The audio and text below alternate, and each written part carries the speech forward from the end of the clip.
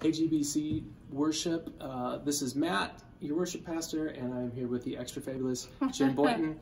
Hey and she is here today to help us explore our new synth setup. So we have an M Audio Hammer 88 Pro. It's a beautiful 88 key keyboard, and it's weighted and it feels great. And we're running it through a laptop now, and we're running the program MainStage by Apple.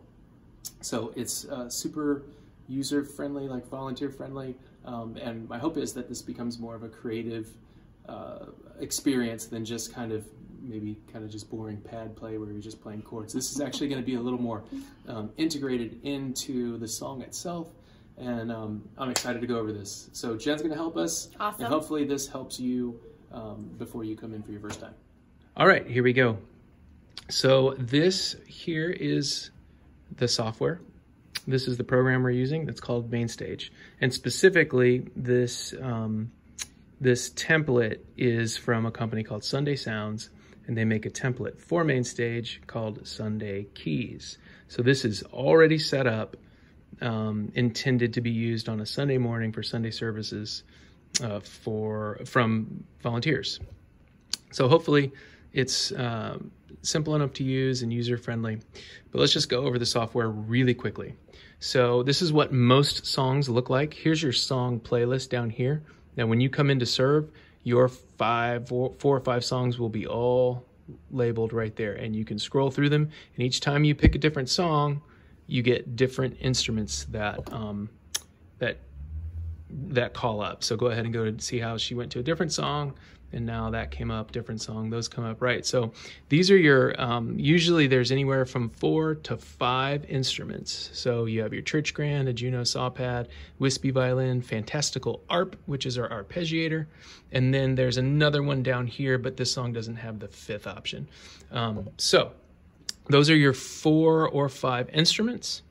Right here is your window showing what songs that you're on. Right now we're on whatever song this is called, Rising Anthem. It's a preset that they sent to us. Over here we have our Tonic Pad section. We will go over that in a minute. It's very cool. And then down here it just kind of shows you where the keyboard zones are. So the church grand, Jen, if you can play that a little bit, go ahead. Oh, you got your ARP on. So just turn the grand on right now. Oh, I think I turned it off. Never mind. So the grand takes the entire length, takes up the entire length of the keyboard.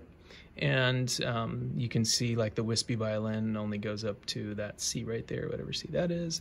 And the ARP goes the whole way. So we can modify those however we want. But essentially, those are all of the spots that you'll be concerning yourself with. Now moving over to the Hammer 88 Pro. Basically just think of this as a controller. That's what it's called, a controller keyboard. It's a controller and it controls that. This is a physical interface for all of the buttons that are up here. So now we're going to give this a little test drive. Pull up a song that has all 5 and has an arpeggiator. On this patch you have these 4 instruments. Then you have a 5th, which is like a buzz bass sound. And this one up here is the arpeggiator. So now we're going to look at what buttons on here control which buttons on here, okay? So each one of these levers corresponds with a volume. So Jen, if you can move that first lever up and down, you can see that that lever moves. See that? Very nifty. Go to the second one. Second one moves. Third one, all the way to the 4th, and then the 5th down here, and you'll see that move. Now those are all volumes. Those are all volume controls. So go ahead and play a little bit, Jen. Okay. So right now she only has the bright pad up. Everything else is turned off. Now she's bringing up the rich synth pad. And now she's bringing it down. And she's got them kind of blended together. I wonder what the Wonder lead sounds like. Beautiful. Ooh, cool. It's very Stranger Things. Kind of cool. Okay, and here we have our ARP. Now, ARP stands for arpeggiator. And anytime in a song that there's going to be an arpeggiator, it's always going to be in slot number 4. And if you see here, we have the ARP labeled. Right. And each one of these songs that are called up here will already be pre-programmed for the BPM. So the arpeggiator will be programmed to the BPM.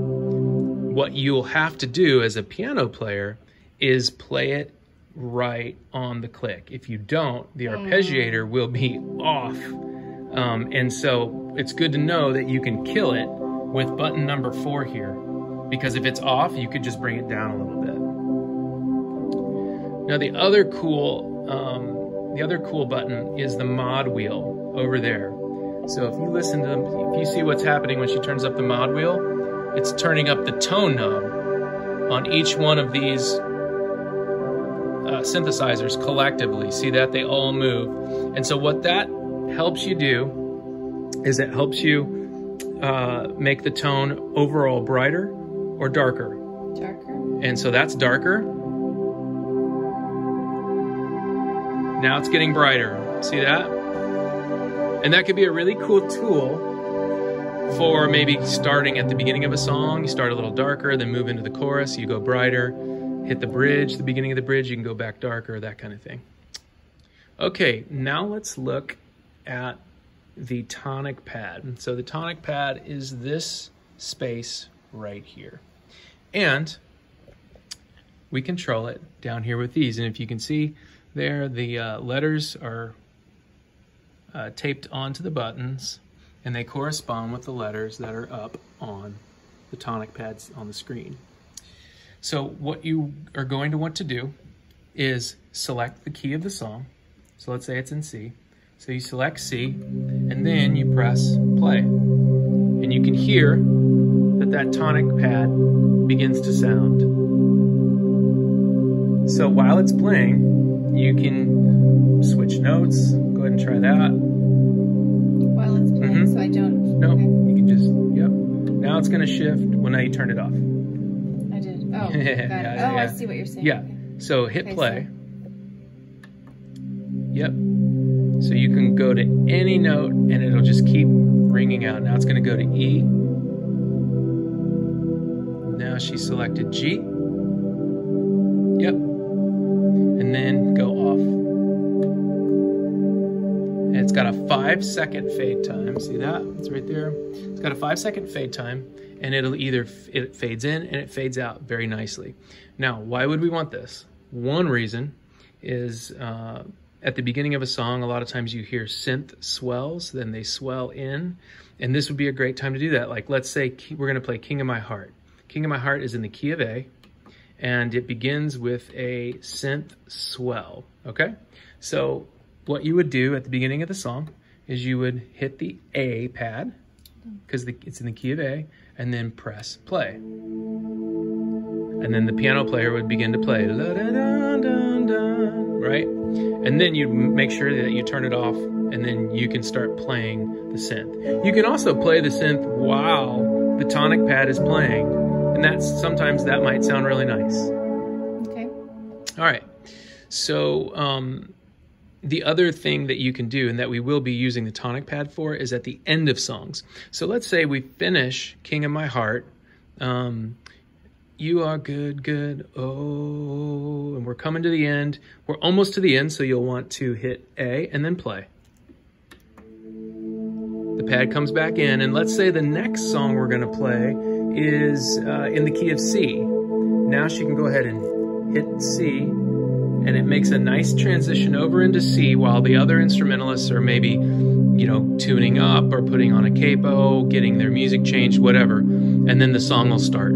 So we have a seamless integration from song to song, which is really, really cool. Okay, now we're gonna play, we're just gonna play around this a little bit, and you can watch her just kind of explore. And she's gonna start with Great Are You, Lord.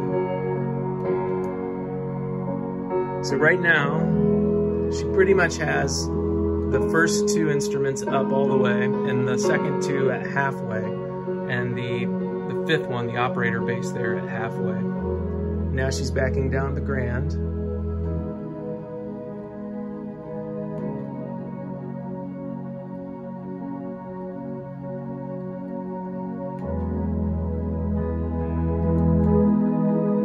Now she's brought up the JX brassy pad. Oh, pipes.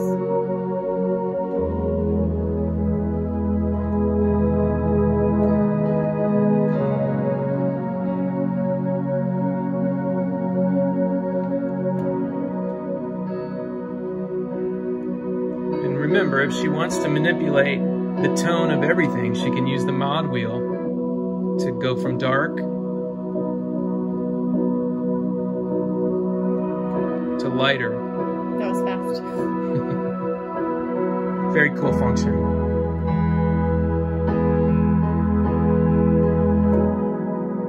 Now when you're playing with the volumes of these instruments here, sometimes the first time you call the song up, you may have a fader on the software that's all the way up, but the physical fader here may be all the way down. If that's the case, you just take the fader and move it up and down, and it'll start to sync up with it. Do I have to on the software lift up? Like, do I have to stop playing in front in order to do that? Or? No, just do it.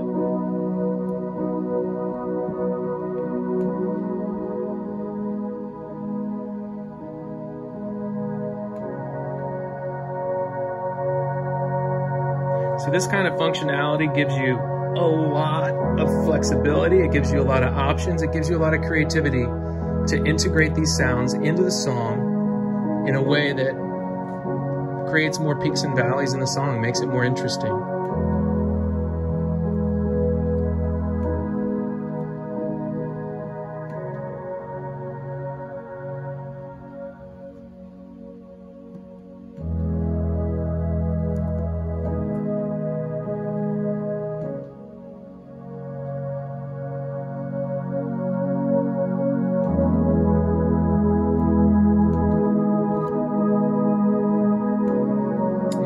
I think that's about it.